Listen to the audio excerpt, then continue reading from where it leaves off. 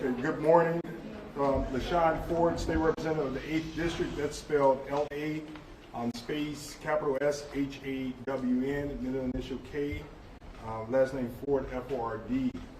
I'll open up by saying that a wise woman always says, and that is, if you don't have your health, you don't have much of anything else.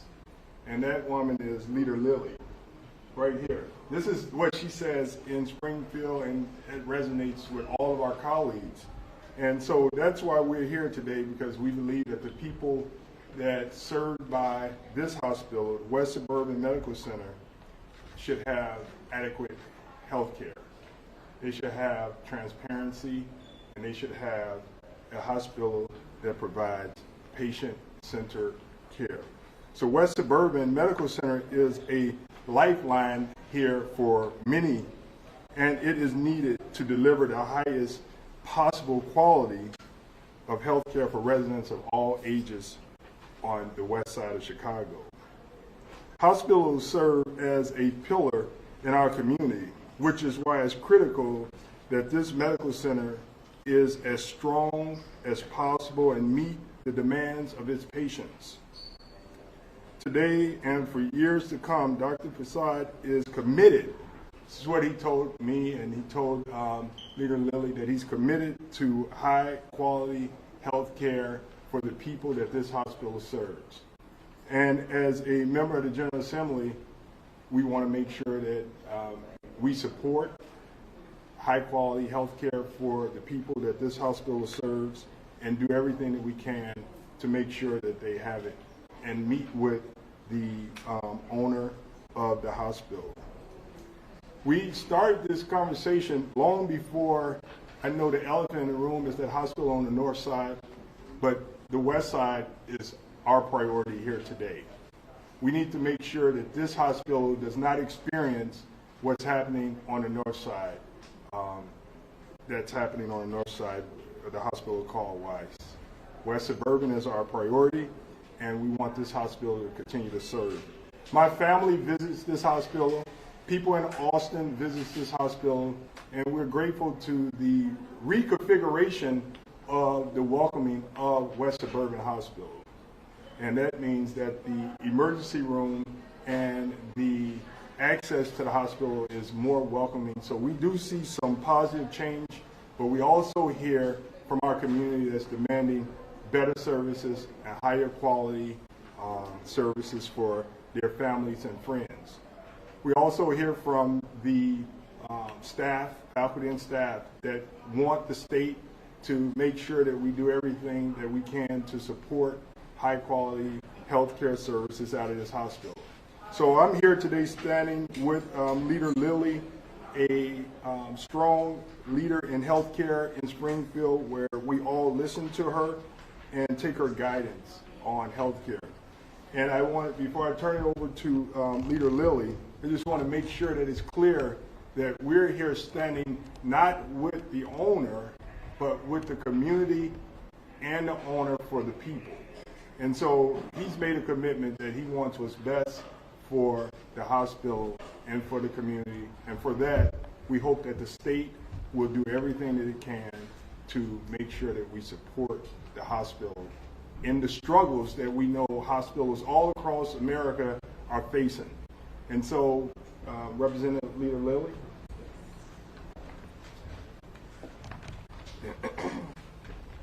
Thank you, Representative Ford. I'm State Representative Camille Lilly of the 78th District. Camille, C-A-M-I-L-L-E, Lilly, L-I-L-L-Y, middle initial Y. Again, I'm going to restate that State Representative Ford and I are here to stand alongside the community who have been asking and deserve access to health care. We are standing in Oak Park and West Suburban for over 113 years have been serving Oak Park and Austin, meeting their health care needs. So we stand boldly here to say this is what we will fight for and we will demand. If you don't have your health, you don't have much else. And access to health care in the neighborhood will strengthen the quality of life and dignity of life for all. With that, I like to ask a question or make a statement. So why are community hospitals, or why do they matter? And why are their owners needing to make it a priority for the people they serve? Here in Austin, we have Black families who are the most vulnerable population in the city of Chicago, residing on the west side. So the owners in our community hospital must make that a priority. Community hospital, as stated by Representative Ford, are the backbone of local health care. They serve not only as a place for healing, but also as a lifeline for the most vulnerable populations in our entire country. Those who often have nowhere to go come to local hospitals to get their care. These hospitals are embedded in the neighborhoods where they can be trusted, and the family trusts the services that are being rendered here. And they are essential to public health.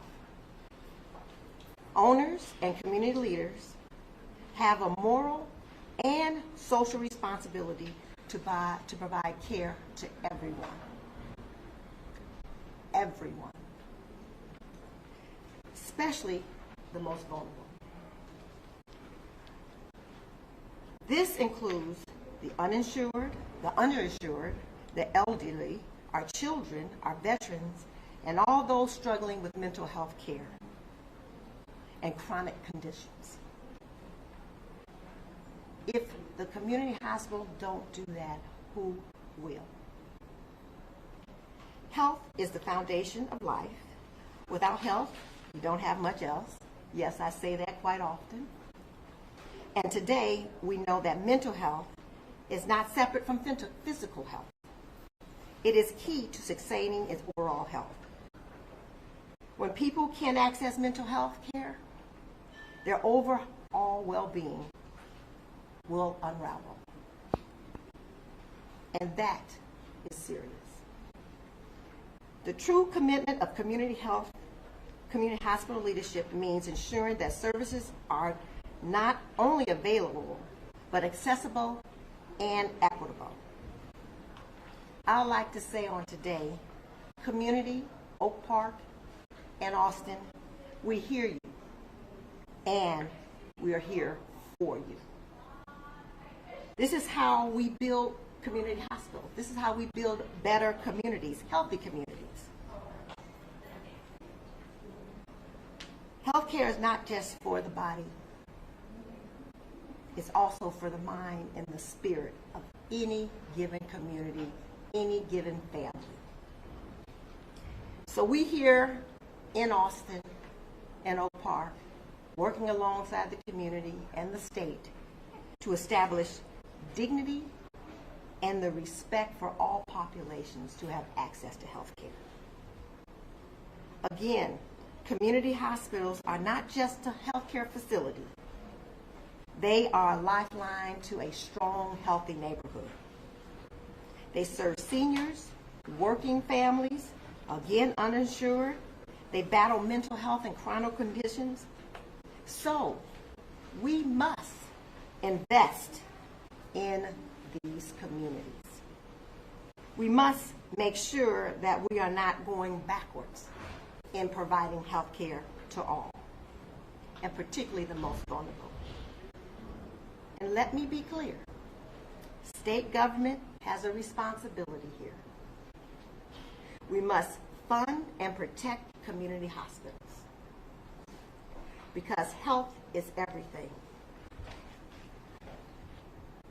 Again, when you have access to health care, it creates equity and quality for all.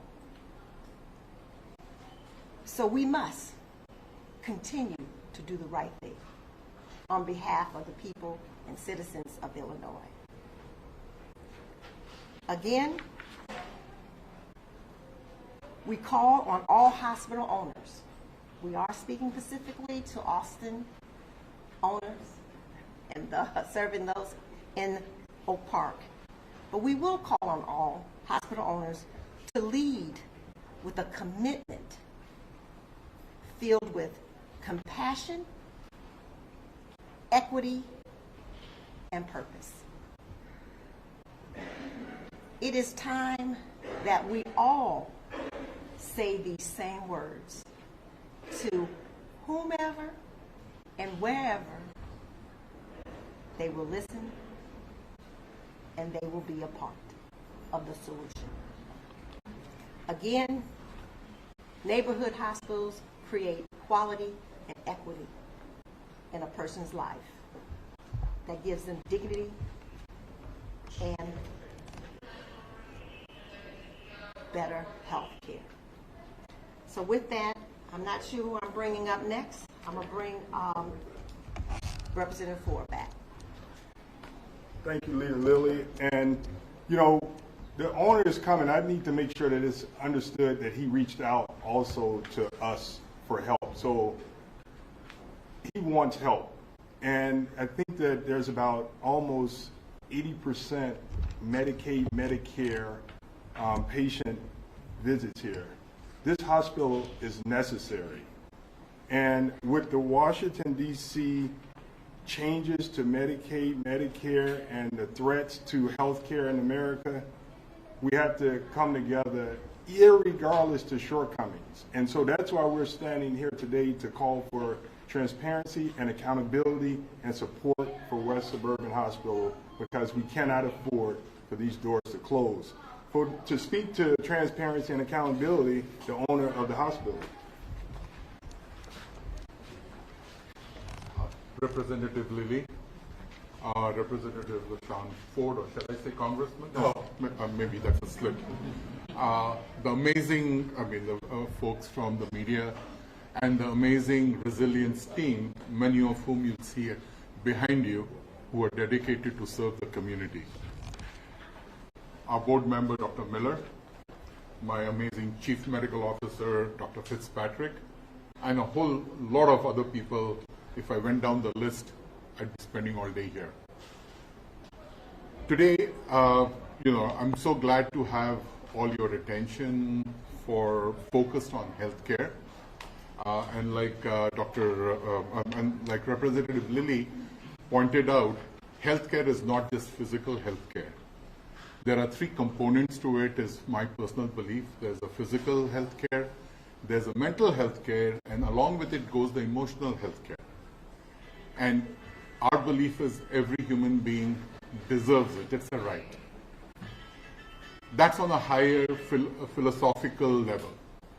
But the real issue is, and a lot of you have gotten the background information, so I'm not going to belabor that. Just wanted to let you know that, 2022, all of you probably read in the media, the fate of this hospital had been sealed.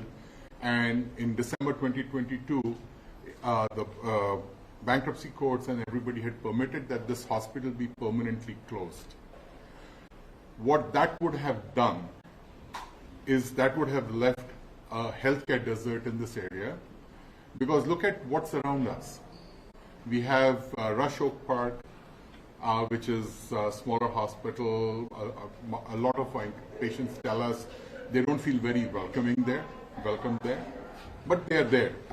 Not a problem, they could get some care.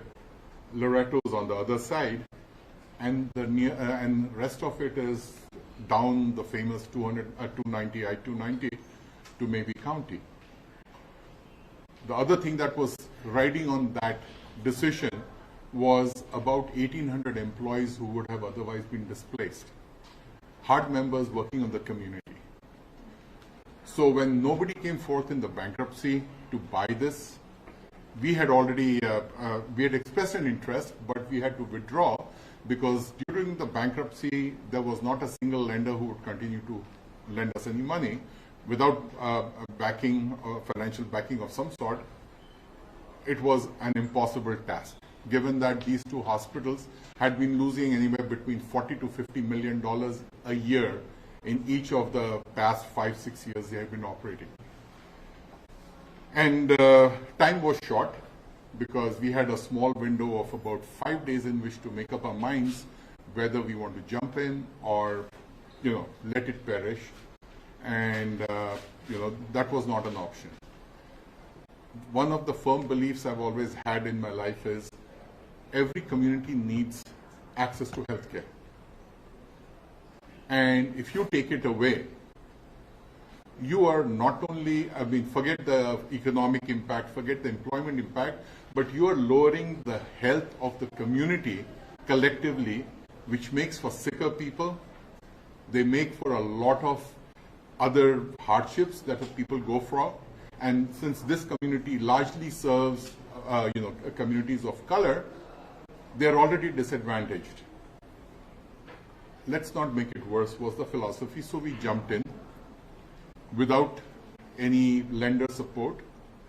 The amazing team came together. I have to bring you up very quickly, and I know you have a lot of questions. This amazing team rallied together, both the hospitals, and we ran very well for 2.5 years. Never missed a payroll, had all the supplies required, had everything. We cut away some of the frills that was costing these hospitals a lot of money, that was not directly helpful for patient care yet, because when you're in a place where you have to start surviving first, we did it all. Like, I'll tell you something, for the first 3 weeks, these two hospitals did not have an ability to buy a single drug. I couldn't get a Tylenol because the previous operators, when they left, their accounts got cancelled, and it takes about 3 weeks for a hospital to establish a pharmacy, like a supply chain system. Yet we powered through it. We begged and borrowed and repaid them. But that's what, it's a testament to the team that has done a lot of work. Things changed recently. And several other hospitals have experienced the same. In the month of March, we transitioned to an electronic medical record system because the one that we were using, we were borrowing from the previous owners, was out of compliance and was no longer able to support us.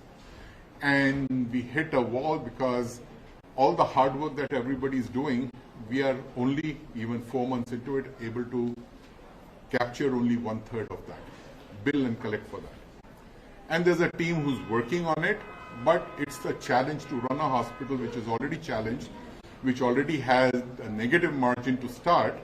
We were able to level that and run it on 30%. And of course, you have already read the records. There was a little over $81 million in debt that was left behind from the previous operators. This is vendor debt. And that was so overpowering that every single vendor was owed a lot of money and they wouldn't service us. But given those challenges, the team has come together, they have performed, and I reached out more recently for help for a variety of reasons. I think several of you are curious about Weiss, what happened to Weiss, and everybody's afraid that the same can happen here. Let's connect the two and make sure you understand what the situation is. Weiss Memorial team rallied and also started working beautifully. They did everything that they were asked and more. We do get surveyed because one of the things that happens, and I want us to all be very clear as to why. During this time where we had stopped the wasteful spending and austerity was the only way to survive, we did upset a lot of people. We cut out wasteful spending. It was egregious, but it was wasteful, we cut it off. So, what's the best retaliation? They pick up a phone and call in a complaint. We had people, somebody was passed over for a promotion. Guess what? Pick up a phone, call in a complaint. That was a thing that happened quite a lot. And when you call in a complaint, the state is required to come and take a look at it. When they come and take a look at it, if you look at any organization, and I'll tell you the best run organizations, I've run several, you are going to find gaps. Sure enough, there were gaps identified. I have to say that our people actually came forth and fixed things the way we were required to. There was nothing that endangered the life or health of anyone, but yes, they are great practices and we have all been doing that. In addition to that, the challenge is this particular building you're standing in, this is the 113-year-old building now. Weiss Memorial, 76-year-old building.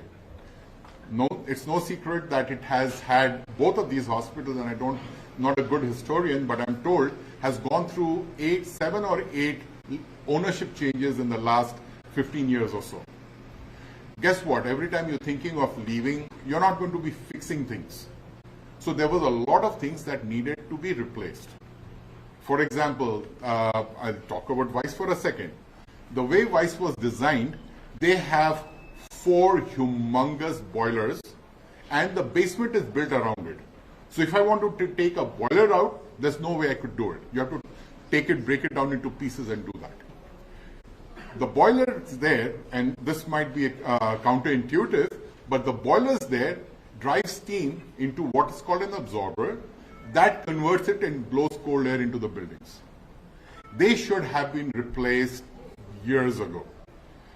Unfortunately, that didn't happen, and we were in the process of doing that. It's a slow process that takes anywhere between 6 to 8 months to accomplish, and we were halfway there. We actually have a brand new boiler sitting in storage that was going to be replaced as a first step. In the meantime, when summer hit, and you know the Chicago summers are not the easiest ones these days, I've never seen this kind of heat, so early in summer. Our HVAC systems had a major catastrophic failure, during which we had to move everybody out. You've all read about it, you've reported on it, which is what happened. During that time, we were only allowed to run the emergency room where it was, but a couple of days into it, we found that even that system was failing, so we relocated it into a different place with the permission of the state. And that particular place was, it had everything that my main emergency room would. A nurse particular, from what I understand, was upset that she was passed over for promotion, called in a complaint. We had surveyors for 3 days. Surveyors, a couple of people told them, oh, we feel unsafe here. So the surveyors provided us what is called an immediate jeopardy, which means there's something seriously at risk. And in immediate jeopardy, you immediately correct it, and our team actually wrote it, corrected it, handed it to them. Understand this, in any hospital, if you get an immediate jeopardy, the surveyors will not leave that site unless it is safe again. They got the plan of correction, they left. 12 days later, we got this termination notice, which normally if you have a termination notice, you get a chance to come and resurvey and do that. This was expedited for whatever reason, I don't know that. But we have to respect it. So that was the decision handed down. And we have gone ahead, and the building was already empty. So we went ahead and requested the state, the IDPH as well as the state hospital board, with the request that I can't have a freestanding ED without you allowing me to run a hospital, and I can't run a hospital until IDPH says so, and IDPH cannot go in there because CMS had sent that letter. So they finally very kindly agreed to say, okay, put your license on hold. That ED was hardly seeing any patients now because there was nowhere to admit them and take care of them. So they asked for a date, and we said, okay, let's close it down today, and it has been closed down. And they are holding the hospital license in hold, there is some technical term for it, till such time that we reapply or we file the appeal for CMS reconsideration or do a new application, and then that will come back on. That is the plan that we have to go forward. It's not a short plan, it's not an easy plan, it takes almost a year for either of these processes to be completed. But that's the path that is on. But more importantly, coming back to this hospital, we want to make sure that the same fate doesn't happen to us. I'll tell you off the record, even the folks from the state were kind of surprised. But we want to make sure this doesn't happen here. So what we want to do is, we want to make sure that we comply with everything that is needed. Again, given we are 113 years old, not an easy task. It's going to take a lot of funding.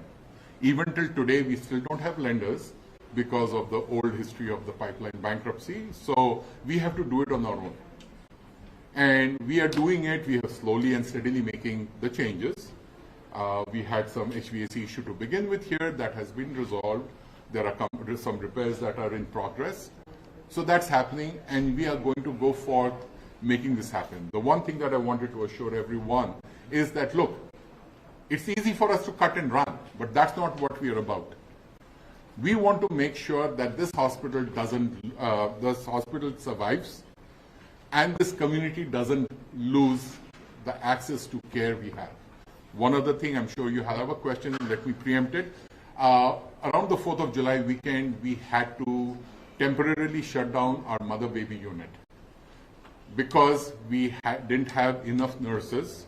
There was a section of the media talked about we fired nurses. No, we did not fire nurses. We had to shut the unit down because it was not safe. During those days, they needed 7 nurses per shift to cover the unit, and we didn't have enough, and we didn't want to risk any patient's health.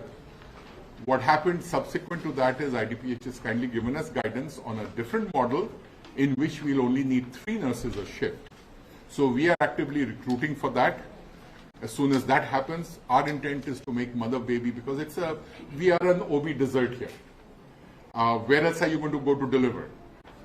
You're going to go to county, or the nearest hospitals are not very easy to access. So it is important for us to have mother-baby unit running here. Please understand, mother-baby units in most hospitals, and you'll see the trend across the country, they are discontinuing it because mother-baby units typically lose hospital money. We are not here about money. We realize money is needed to run the operations, but that's a service the community needs. That's where we are going. Another thing that we are about to do, we have actually recruited somebody for it already. This, the community we serve has a very high incidence of diabetes and like other endocrine disease. We don't have good services available to everyone that is welcoming and understanding them. We just hired, and should be starting on the 1st of September, a very very compassionate and well-trained endocrinologist, and we want to start providing thyroid clinics, diabetes clinics. We have 2 amazing dietitians to support them, all of that kind of things. We keep hearing what community needs. Unfortunately, because of the era we live in, we have drug and other opioid abuse patients a lot. So we are working on getting a proper, a clinic going. We have a lot of behavioral health patients. So what we don't have, we collaborate. We are not opposed to collaborating with anybody. So we recently signed a collaborative agreement with a nearby hospital where we'll be sharing our behavioral health patients. There are some services we have that they don't, so we'll be collaborating. So the intent is to continue and make it work with whatever resources we have. And I don't want to take up too much of your time. I'm sure you have questions. Yes, ma'am. CMS gives you a chance to appeal, and there are several issues that were found in those surveys. Correct. Will you, A, appeal, and B, will you put the investment into the hospital? Perfect. Actually, a very good question. 2 things. Appeal, yes. The things that they want us to actually address, which is the HVAC and the systems like that, they do cost money. Currently, in the last budget, we have been allocated some funds, and we are hoping and praying that those get released, because that's the intent of doing that. But yes, we want to make sure that we comply with all the regs. I've spoken with employees, not just a disgruntled nurse, but other employees who Yeah. said that the AC issue impacted the ER many weeks beforehand, that they were doing chest compressions and 90+ degree temperatures. Is that true? When did the AC fail, and when did temperatures get high in the hospital? That was an annual event for many years. What she did not tell you is, every year whenever you went from winter to summer, the settings to turn on the AC, that was a common thing, had been happening for way before we even came on board. So we were hoping that that would be a short-term thing. So whatever the date, so I don't have it off the top of my head, we were monitoring it. I had the team monitoring it, and the moment it started approaching unacceptable levels, that's when we voluntarily went ahead, reported ourselves, and said we are transferring patients out. It's not a safe thing. But it's a thing that has been going on. Sorry, one more question. Yes, ma'am. We're here at another hospital, while a hospital desperately needed community hospital, as each of you have said. I can't get over the irony that that hospital is closed. There are patients and staff and community members rallying there in a couple of hours. Yep. What is your message to them? Why are you here talking to us instead of talking to them? I have been talking to them. I have actually been expecting not this kind of an outcome, but I have been briefing my lawmakers there of our needs. We have, I sat them down. I've actually tore them down to that those boilers, which is scary to look at the best of times. They have been aware. They have been trying. I'll tell you something. In 2023, that hospital did not get a dime in any kind of grants. Without grants, you can't make these things happen. That hospital had been losing 30+ million a year for many years before that. And just the last year, it became a safety net. We were allocated $234,000, which we still haven't seen. Then came another one, and we have been asking for a lot of help. Unfortunately, the pool is very large of safety net hospitals. It includes university hospitals and large hospitals like Glories and all. They all get a share of it. So the state can only distribute what they have. So we have not been a high priority there. Our reps have tried their best to fight for it. I think it's to a point where it's a little late in the process, because even they were not expecting this outcome. They were going and fighting for us as well. So that's the thing. So I want to make sure, and again, I'll tell you something very honestly, and I might get into trouble with whoever. That outcome was entirely unexpected for that house at Weiss Memorial. Was entirely unprecedented, if I may say. I've only been doing this for 30+ years. Never seen it. The ITPH folks who were there at our community meeting, they also said that they have never seen it in their careers. That kind of a thing, like we were already had a thing that even from operations we've been funding these improvements. Those improvements are way from before us. We have been doing it. And we have been doing it, and the surveyors were kind of surprised. Wow, you didn't get any money, you're still able to do this? We have, because the place needs it. I think it's important to note that Leader Lilly and I had this press conference planned, not him, and we drug him here. Yeah. And I just want to follow up, because I appreciate your responses, but I think that you didn't actually answer the question. Ask away. The question was, what do you say to the people in the community, in the Uptown community? What do you say to the staff at Weiss? Okay. Good questions, both of them. First and foremost, to the people in the Uptown community, their support is invaluable. We were there to serve them, and we will be there, God willing, to serve them again. It is, unfortunately, we immediately contacted CMS to find if there's a short review period. Typically, what happens in these situations, they say, okay, we'll be back in, it's typically called a 23-day letter. They give you 23 days letter, and then on the 21st day, they come back, they look at you, and then if you're still so vastly out of compliance, they say, okay, we shut it down. Didn't get such an opportunity. I asked for it, I begged for it, so to speak. For the employees there, I am actually, the whole team is trying to get them absorbed into this hospital as much as we can. One of the things, and no offense to anybody, one of the things that's plaguing both the hospital and has been in all the area hospitals is shortage of nurses. So we have been paying premium dollars to agencies to do this. We now have an opportunity in the meantime, while we are waiting for the processes to play out, to absorb as many of that and to displace the agencies. I know they have to make a living, but they don't have to make a killing. So we are trying to work through that process right now. And we are going to try to absorb as many as we can. There are some people who have transferred